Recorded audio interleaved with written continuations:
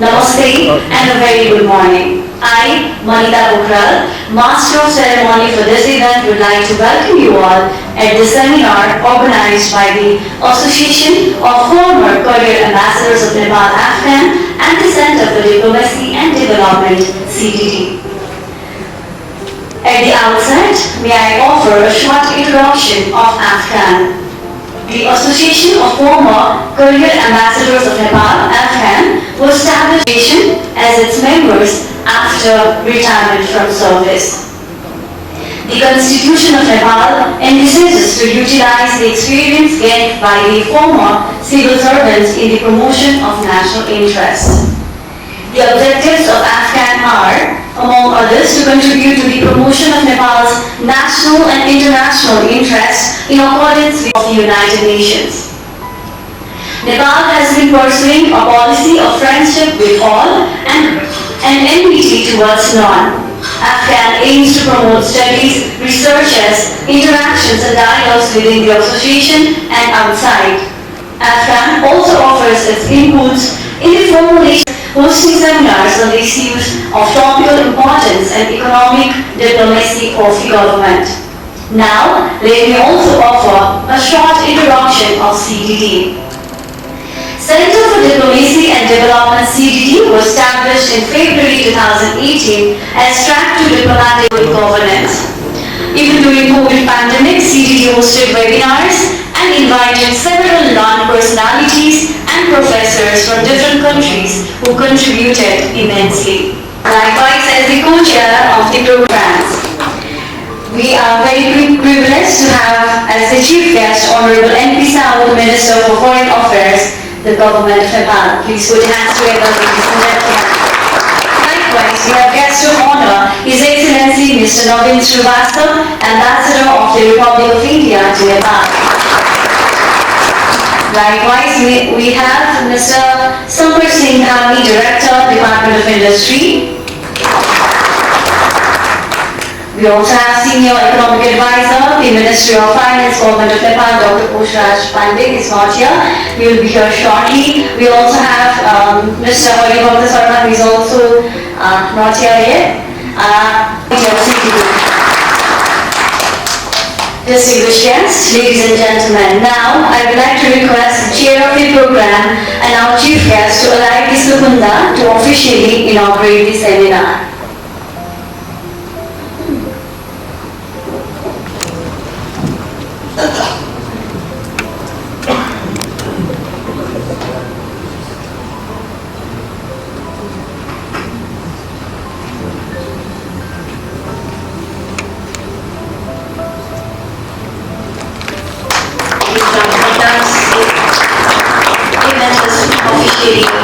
Inaugurated. Thank you so much. I request you to rise.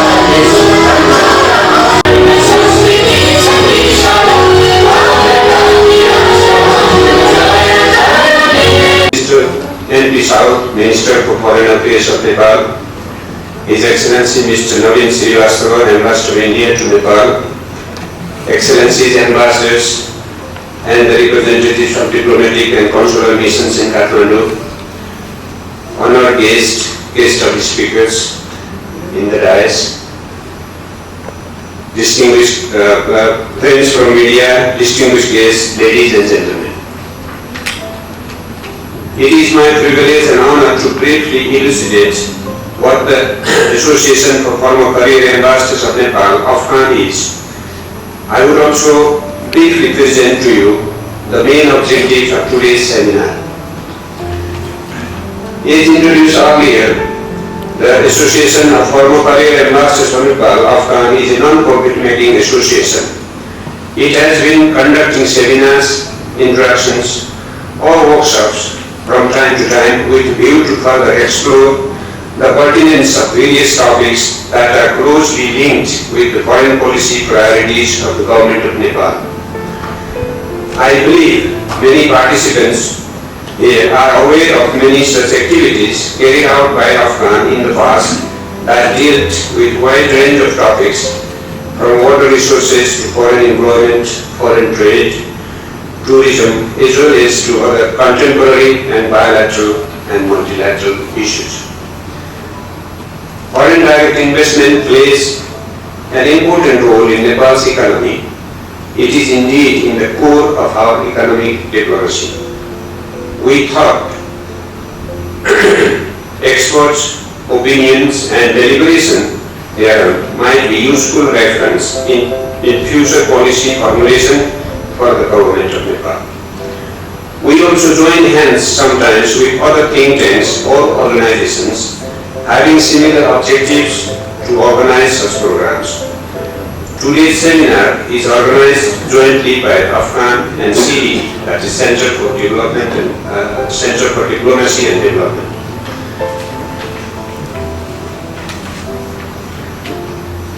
On behalf of the Afghan, I wish to offer sincere gratitude to the Chief Guest of the program, Honorable Minister for Foreign Affairs, and Guest of Honor, His Excellency the Ambassador of India to Nepal, for their valuable time and presence here today. The presence of Honorable Minister for Foreign Affairs will be a source of encouragement for us to make more efforts in organizing such activities in the days ahead. I believe the remarks to be delivered by the Chief Guest, Guest of Honor, and the Presidents of Afghan and CDT will add significant value to the objective of the seminar. Following this inaugural session, three experts, Mr. Shankar Singh Dhami, Director, Department of Industry, the Government of Nepal, Mr. Hari Bhakta Sharma, former President of Confederation of Nepalese Industries CNI and Executive Director of Janta Theorari Pharmaceuticals, and Dr. Poshraj Pandey, I think he is on the way, coming soon, Senior Economic Advisor, Ministry of Finance, the Government of Nepal, will join a half-day long seminar with us, who come with vast and profound knowledge and experiences on the subject of foreign direct investment in Nepal. In that session, we can hear their thoughtful intervention on opportunities and challenges in inviting foreign direct investment in Nepal. While thanking the experts, may I also let you know that the floor will later be open for questions and answers. Last but not the least, I also thank you all who have accepted our invitation and spared your valuable time. Your presence is encouraging to us all. Questions you will direct towards our experts will certainly enrich the contents of today's deliberations. I do hope that this seminar will be helpful in exploring more avenues and options in inviting more foreign direct investment in Nepal. Thank you all for your kind attention.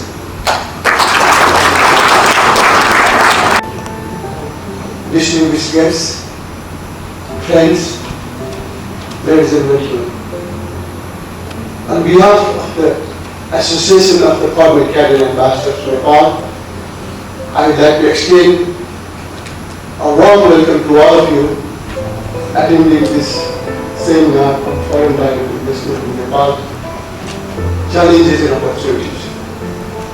I have been hearing this phrase, foreign investment in Nepal, over 3 decades, but with little significance.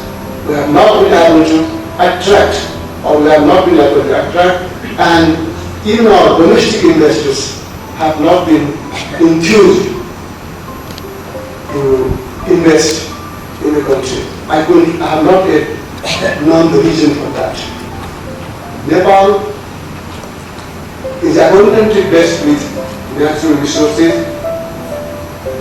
It enjoys a pleasant weather throughout the year.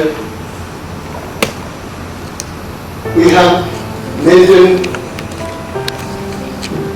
pristine environments except in some crowded city, and also there is largely untapped natural resources.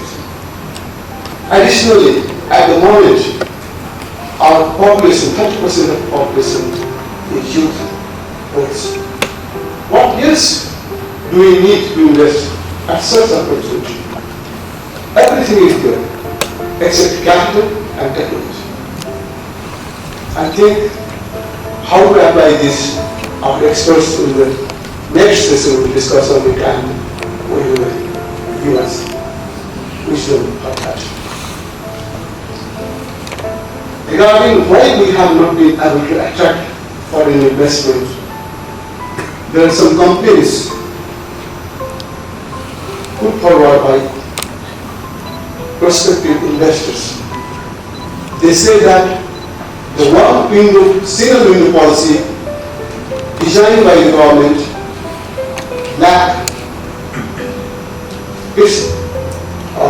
it has not worked well. The process for approval rate is very slow, time consuming, lengthy, and even sometimes boring. So this has to be seen again. We in Nepal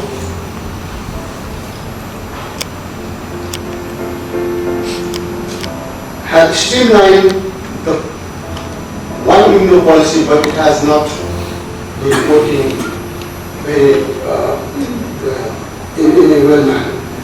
Investors also feel the hurdles of foreign borrowings. I see one representative, former governor of Nepal last week. Our central bank has peculiar rules and regulations. This is investors, prospective investors saying that we can bring any amount of money in this country, but even a small portion of the money has to be sent out by the same institution, same person. We have to go through several finances, and we have to get clearance from several institutions also. We have to solve this problem to get our investors more enthused to invest in our country. They also said that repatriation of profit is a problem, because by the same token of rule, repatriation of profit involves several clearance on several agencies. We in Nepal have allowed to invest in 6 sectors such as manufacturing, energy, agro services, information and technology, and tourism, and also agro-based, agroforestry. All are welcome to invest on that. Especially I also request the domestic investors to come forward, because it's high time for us to invest more on productive sectors. We are totally dependent right now on import. It has become, Nepal has become import dependent country. Our trade deficit is widening year by year, and foreign currency is declining. So this requires investment in our country. That sort of investment which produces something and we can substitute the import. So these are very essentials. I'm sure that our people. Thank you, Master Ceremony Paritaji. Good morning and namaste to all. Chair of the program, Ambassador Bahir Bastet, Chief Guest, Honorable N.B. South, Minister for Foreign Affairs, respected guest of honor, His Excellency Mr. Navin Srivastava, Ambassador of India to Nepal, respected speakers at the dais, high dignitaries from the Foreign Ministry, Their Excellencies, Ambassadors, Honorable Ambassadors of Nepal, Honorable Secretaries, Professors, academics, intellectuals, leaders of the business community, guests who are attending our program, accepting our invitation. The Association of Former Career Ambassadors of Khan and the Center for Diplomacy and Development, CDD, are effortful to promote knowledge and experience on diplomacy and in other topics of topical importance to the people through various means. This seminar is also a part of this effort. It is said that small nations need an effective and proactive diplomacy. It has been proven so while we assess the current international situation. The answers for the political problems are looking large in many parts of the world. Every country needs economic backup to be strong. Today's seminar topic is a very important one. After some time, we will be listening from experts various aspects of foreign direct investment in our country. We fully understand that EFTA has many challenges in its implementations. At the same time, we also have huge potentiality for implementing EFTA in our country. A new concept of economic diplomacy was added to the objectives of our non-aligned foreign policy in 1996. That new policy has 6 objectives like the promotion of tourism, exports, FDI, foreign employment opportunities, development of water resources, and foreign aid. These all are objectives hold much significance in our national economic development process. These are the areas which can play catalytic roles in an engine of growth. These are the areas which can create huge employment opportunities and raise revenues for the government. It is therefore very important that economic diplomacy must be implemented in an effective way. Government and private sector must work assiduously for the promotion of economic diplomacy. Distinguished guests, foreign direct investment feature as one of the important objectives of economic diplomacy.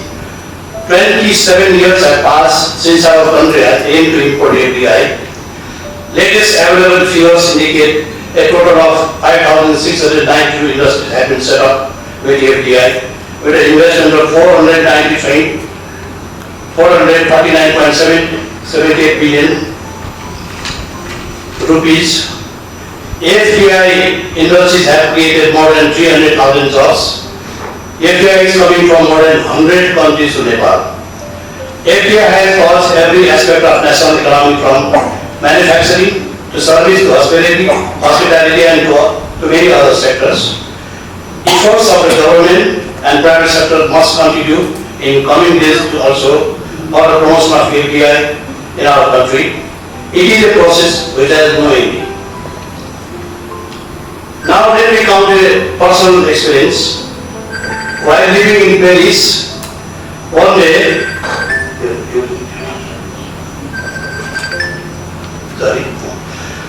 while living in Paris, one day I met Ambassador of Cambodia, Mr. Kishman.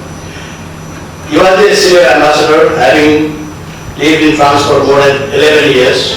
During our talks, he told me that Cambodia is slightly bigger than Nepal in size, and with 1/3 of the population, imports $8 billion as FDI in 1 year. He was not yet happy with that huge figure. He further said, Excellency, we are taking actions to increase more FDI in our country.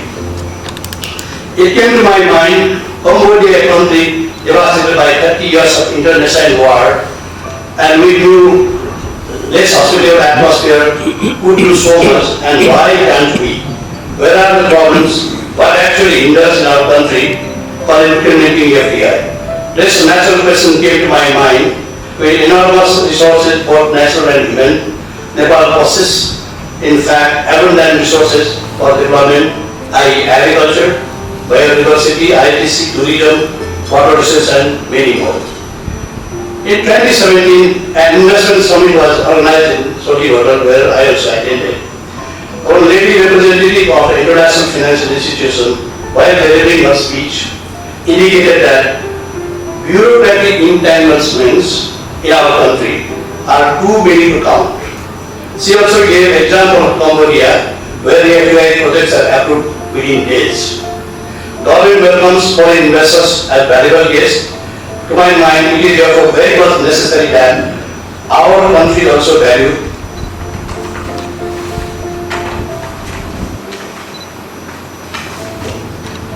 FDI as a source of capital investment, technology transfer, and great knowledge.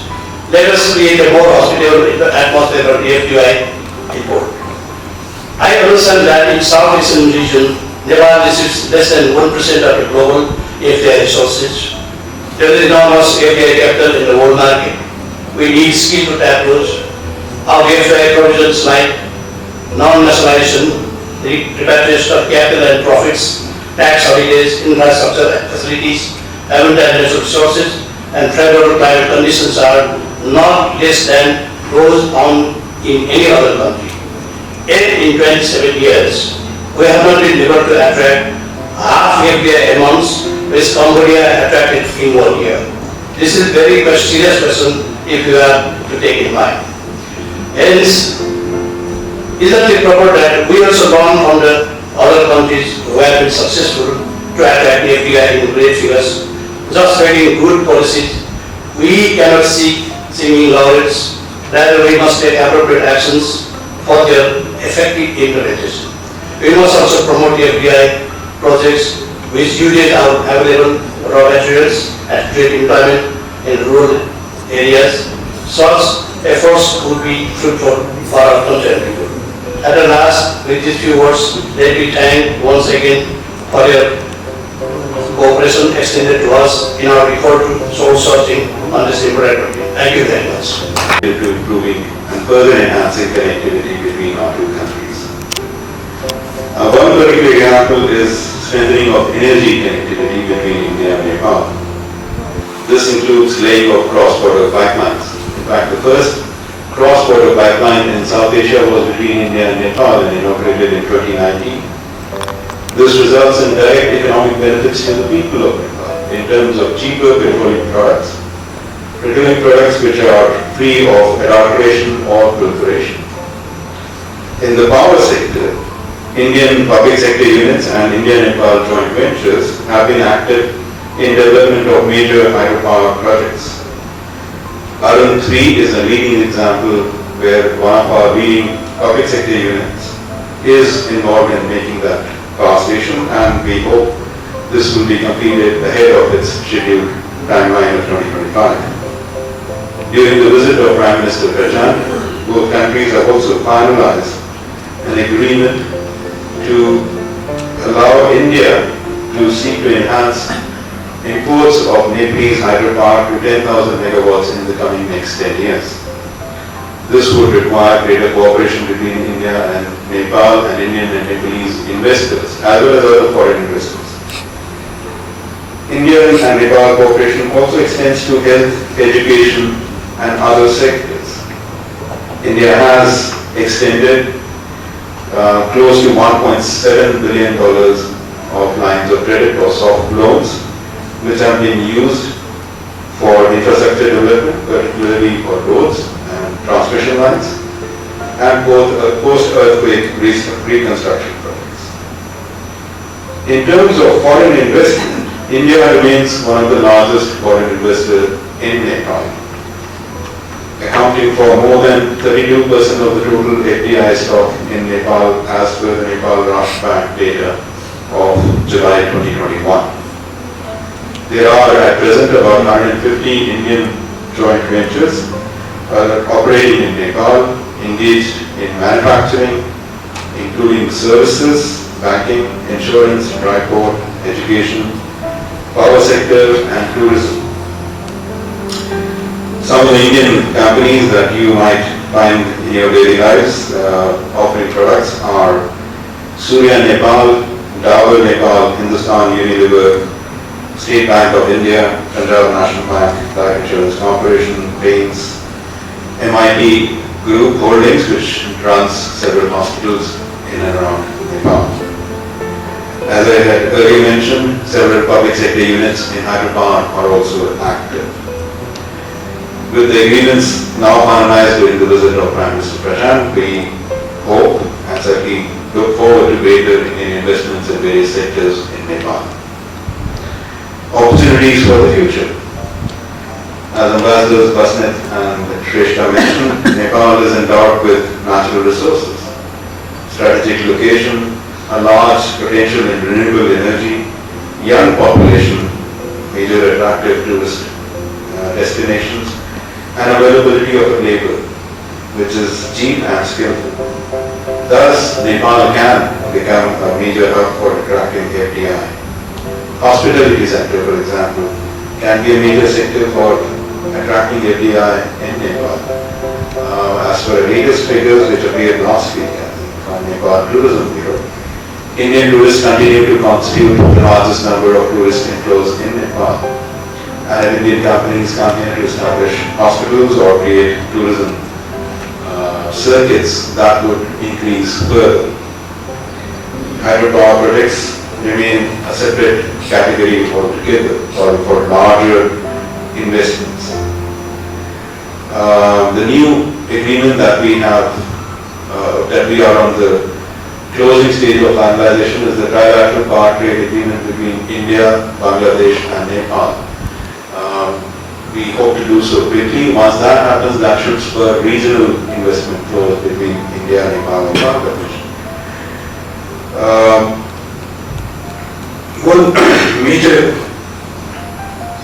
major factor which should be kept by investors in mind is the large market that India offers adjoining Nepal. So if you are to establish a manufacturing unit in Nepal, don't just look at Nepal as a market, look at India and Nepal as an integrated market, especially the Indian states.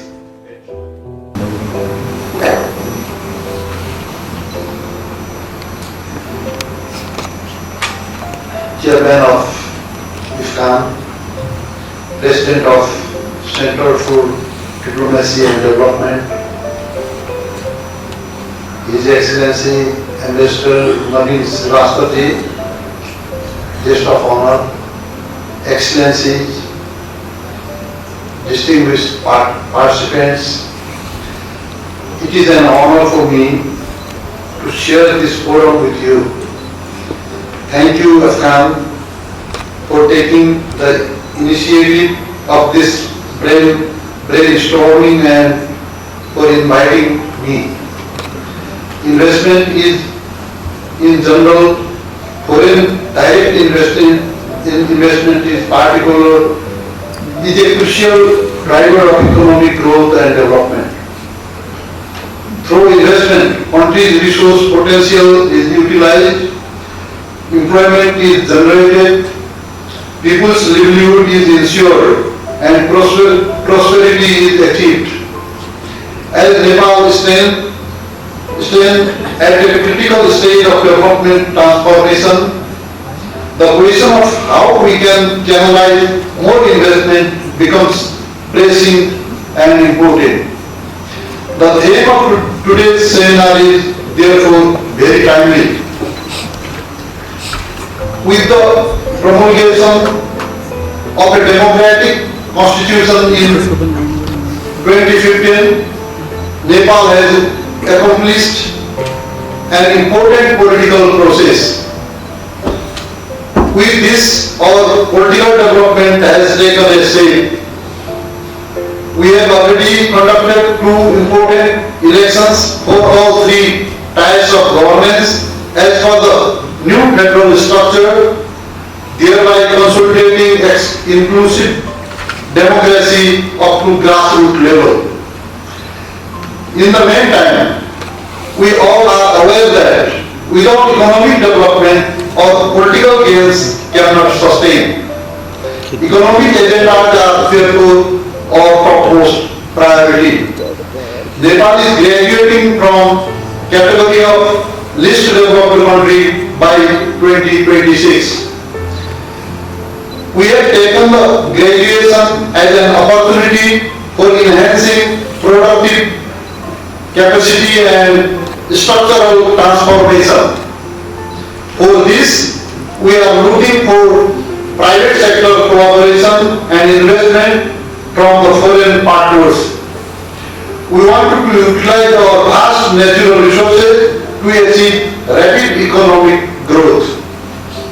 Our development priorities include modernizing agriculture, strengthening connectivity infrastructures, utilizing hydropower potential, promoting trade and tourism, and developing IT sector. For all these, investment is the key. Ladies and gentlemen, Nepal has taken a forward-looking foreign investment policy.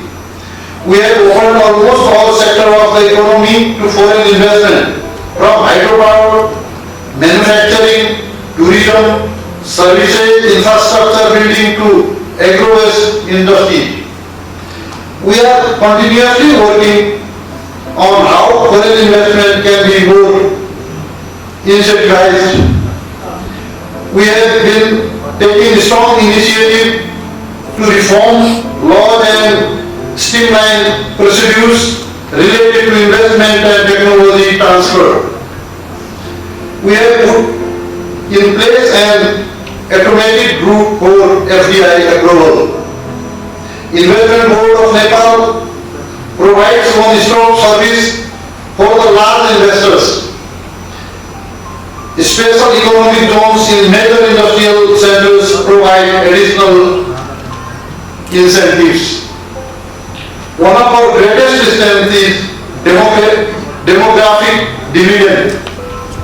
We offer young and educated workforce a competitive advantage to investors seeking skilled and affordable labor. This young human capital can be immediately utilized in IT-enabled services and digital trade. Data mining would be another area of exploration, as we have enough supply of green and clean energy.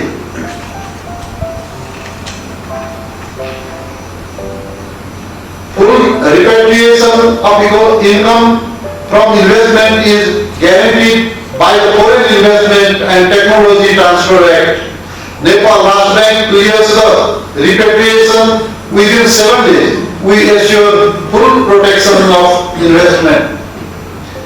We are aware that FDI is not easy to come. Investors want to see how easy and smooth process are, how secure their investment is, how profitable is it going to be. Countries are competing to bring more FDI with their higher and better incentives. On its part, Nepal is committed to undertaking further reforms in policy, regulations and procedures and facilitating investment. A brainstorming event like this seminar provides us useful inputs for taking further measures to improve investment climate in the country. We stand ready to welcome and assist investors who are keen to embark on a transformative journey with Nepal. You are aware that Nepal's hydropower is an attractive area for large-scale investment. Harnessing of this treasure brings multiple positive implications.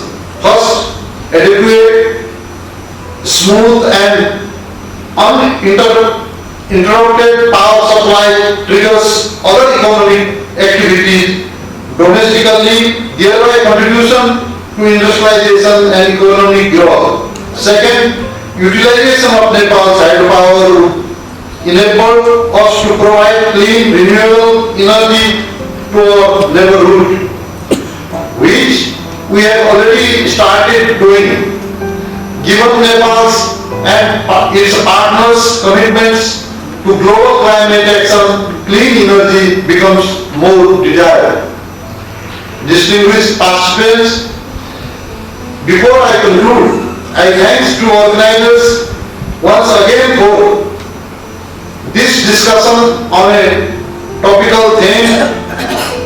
This will definitely help us identify our challenges, and if it comes to getting more foreign direct investment and also ways to means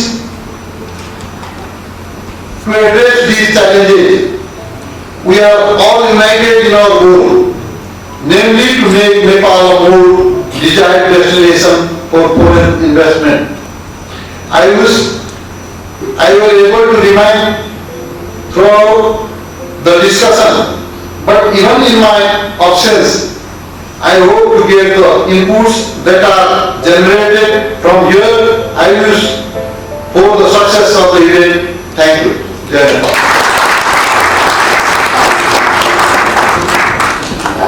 Thank you, Honorable Chief Guest, for your insightful presentation.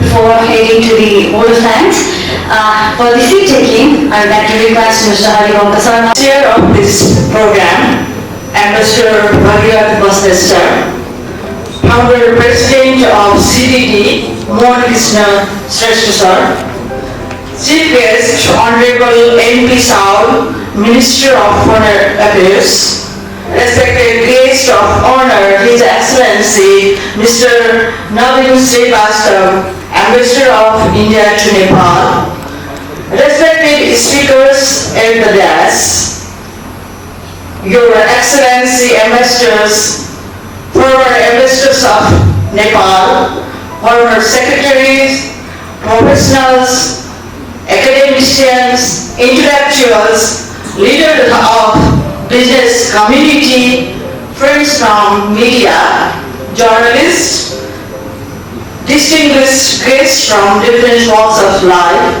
ladies and gentlemen. Good morning and namaste. It is my great pleasure and honor to avail of this opportunity to give vote of thanks to all distinguished guests assembled here. In fact, this is the first time that our Center for Diplomacy and Development has joined hands with the Association of Former Career Ambassadors of Nepal, Uncal, to organize this seminar. I'm so happy to see so many personalities and dignitaries have attended at this event. With your valuable presence and contributions, I'm sure our seminar has been very successful.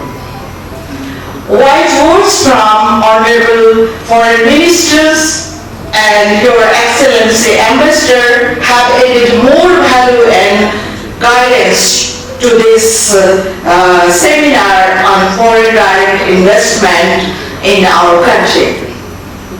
Moreover, excellent speakers have highlighted on different aspects of FDI. In recent years, FDI issues has been drawing increasing attention in our country too. FDI indeed can play a meaningful role in the process of our national economic development.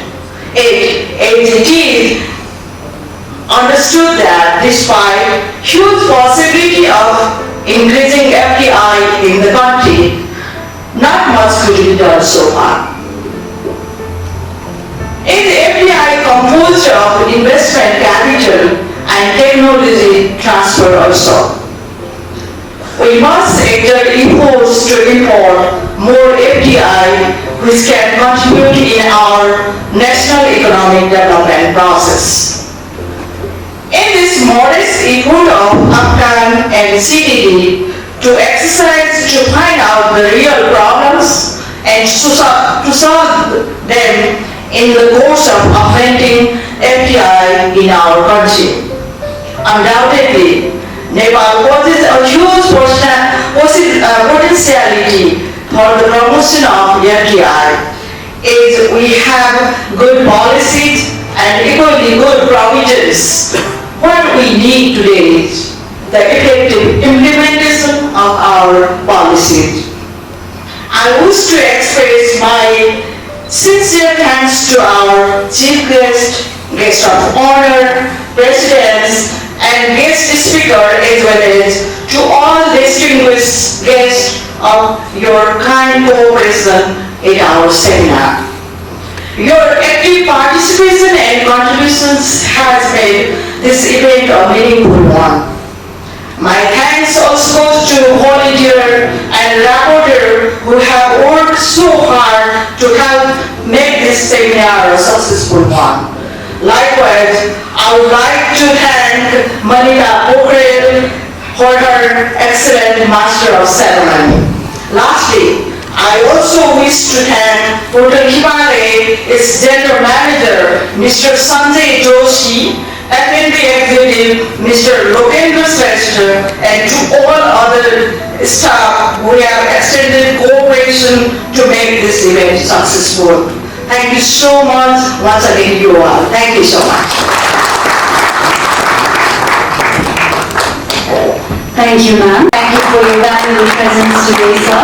Likewise, I request our guest of honor, His Excellency Mr. Navin Srivastava, Ambassador of the Republic of India to Nepal, to receive token of love.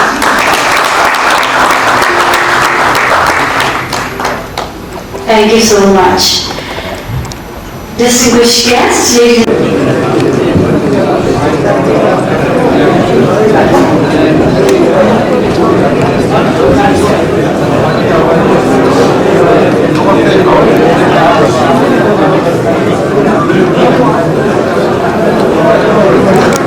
Ladies and gentlemen, now I will directly go to my presentation. Today's topic.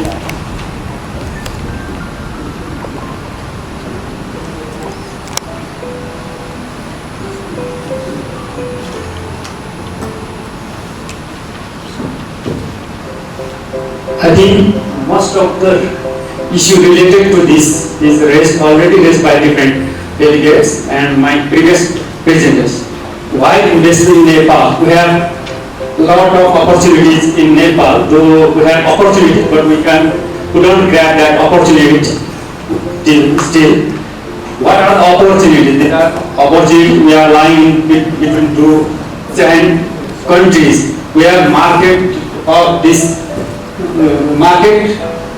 within these countries. We have duty-free quota free market, though we are on the operation of LDC as a member. Till now we have these three quota systems which has a good enabling environment for the FDI if we can export our products. Similarly, my previous colleagues have already stated about the hydropower. We have a large amount of untapped hydropower resources. Still, some of our industries are having some shortage of our electricity due to the infrastructure problems. We are engaged in multilateral and bilateral agencies like WTO, SAFTA, BIMSTEC. Similarly, we have transit agreement within two countries, that is India and China, which are the large market for our net. He talked about the constraints faced by the private sector, not only by making Nepal as an investment destination. So as I try to capture that sense in my presentations. and irrelevant questions. So I would like to request volunteers to cooperate. We'll only take 3 questions for your kind information. Volunteers, can you please help? Why foreign investors, they are not showing their interest to invest in Nepal because the trend of FDI in Nepal is decreasing. So one of the reasons it is observed that Nepal's political stability or the government stability is in question. And we heard that within a 5 years we are expecting 3 prime ministers. So how the policy can be consistent during this time or for the foreign investor. This is a big issue. And second one is concerning with the regulatory matter also. If you see all the documents which have been presented here, it looks very fine. But the investor, they are not, even the internal investor, as we order, they are not interested to have a further investment in Nepal. So any of the, the presenter can have their own comment. Until and unless we do have some kinds of consistent policy and stable government, it is difficult to have the FDI in Nepal. Two speakers basically mentioned, my observation is that they are operating or they are living in two different worlds. There seems to be a big divide between actual practicality and policy level. I think the problem is not the policy, and my question then is, I think it's not a question of policy. We've got good policies that things can be done in 7 days, repatriation easy, etc., etc. But what is happening is the policy, I think there's no issue with the policy. The issue is with the implementation and bureaucratic entanglements, the delay in taking. And I just like to just shortly mention again, I've been working in Cambodia for 26 years, and it's fortunate that Mohanji mentioned about Cambodia. And in terms of the environment of FDI, 2021, there was $650 million invested only in 1 year. That also just immediately after COVID, with 25 special economic zones, and it's really opening. I would like to see Nepal learn the lessons from what is happening in Cambodia, because Nepal and Cambodia access WTO at the same time. We got the same aspirations of 2030, 2050 to become middle income and developed country status. So I think given that, I think there's a lot to learn, and I would really urge the policymakers to really sit down with the industries people and please solve your problems so that the domestic investment will improve, and later we can then woo the international investors to come in and invest here. So, thank you. Thank you. We have had this for forever. We have not been able to sell it.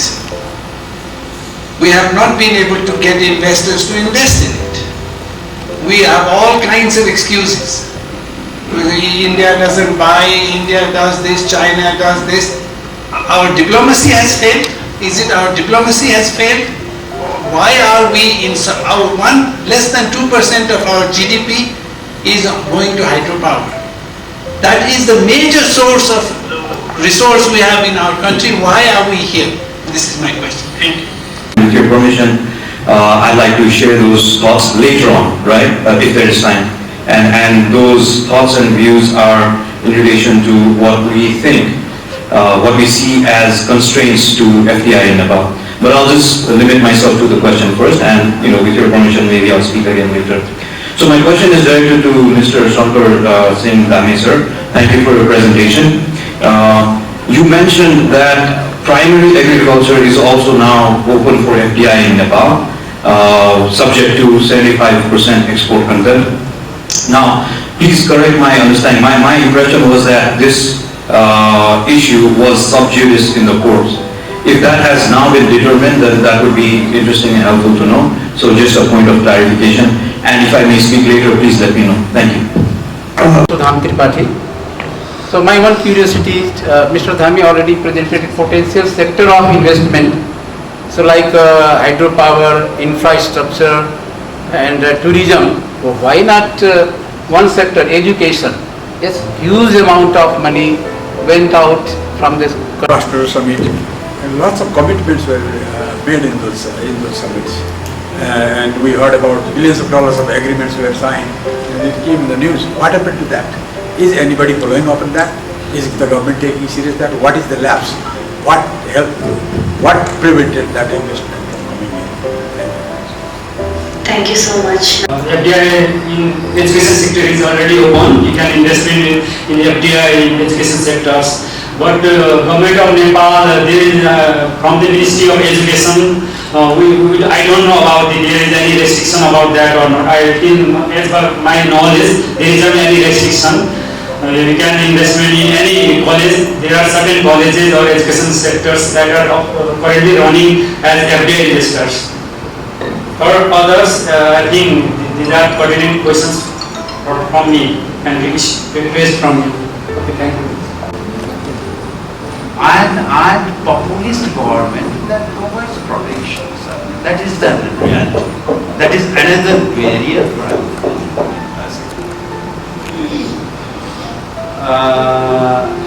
okay, and the fourth is our constitutions that talks about socialism oriented economic policy. What does that mean? If I invest in... I was talking about the policy instability, just like he said that Nepal is good. I would just like to talk about one multilateral mechanism that we in Nepal tend to forget or we are not very familiar with. As a former Nepali permanent representative to UN in Vienna, let me introduce UNCTAD, United Nations Commission on International Trade Law. Its secretariat is in Vienna, but it holds its annual session alternatively in New York and Vienna. It has about 8 to 12 thematic sessions per year, and half of them are happening in New York and half of them are in Vienna. UNCTAD was established by the General Assembly in 1996.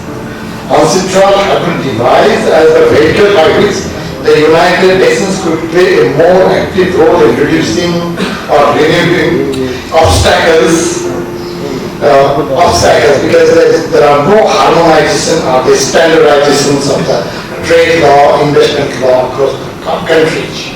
So they are more trying to harmonize and standardize the investment laws, the trade law, the arbitration. Harivarta Sarna, who is not here at the moment, but we came to know from his presentation that we investment and potential area could be IT, but you have to be very serious on it, that the government may any time have surveillance on IT investors. That was its aims, and government is happy in controlling rather than nurturing. Federal system has come, but governance has gone. Unnecessary controlling regulation. What regulation is fit for our economy, there is serious homework to be done.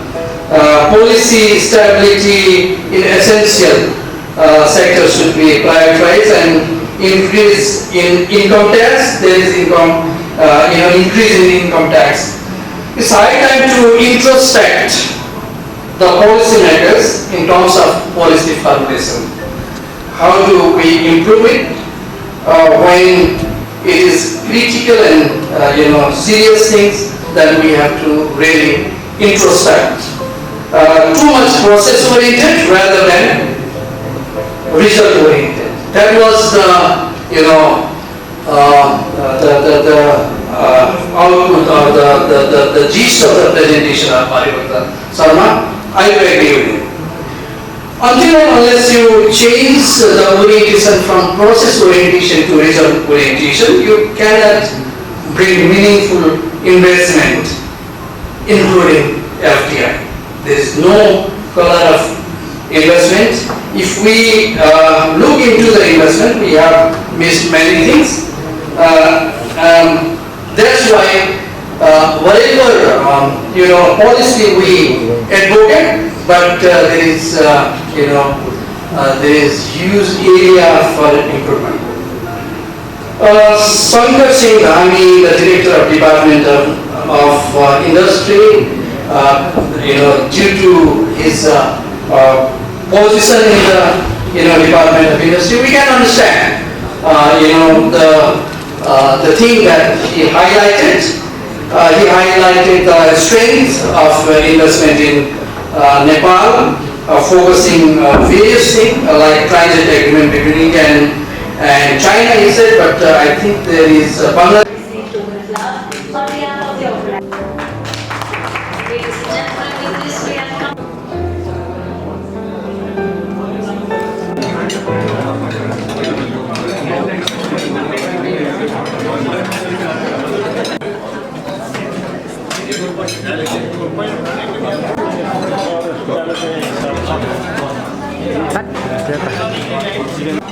Banyak ni udah sundin dah.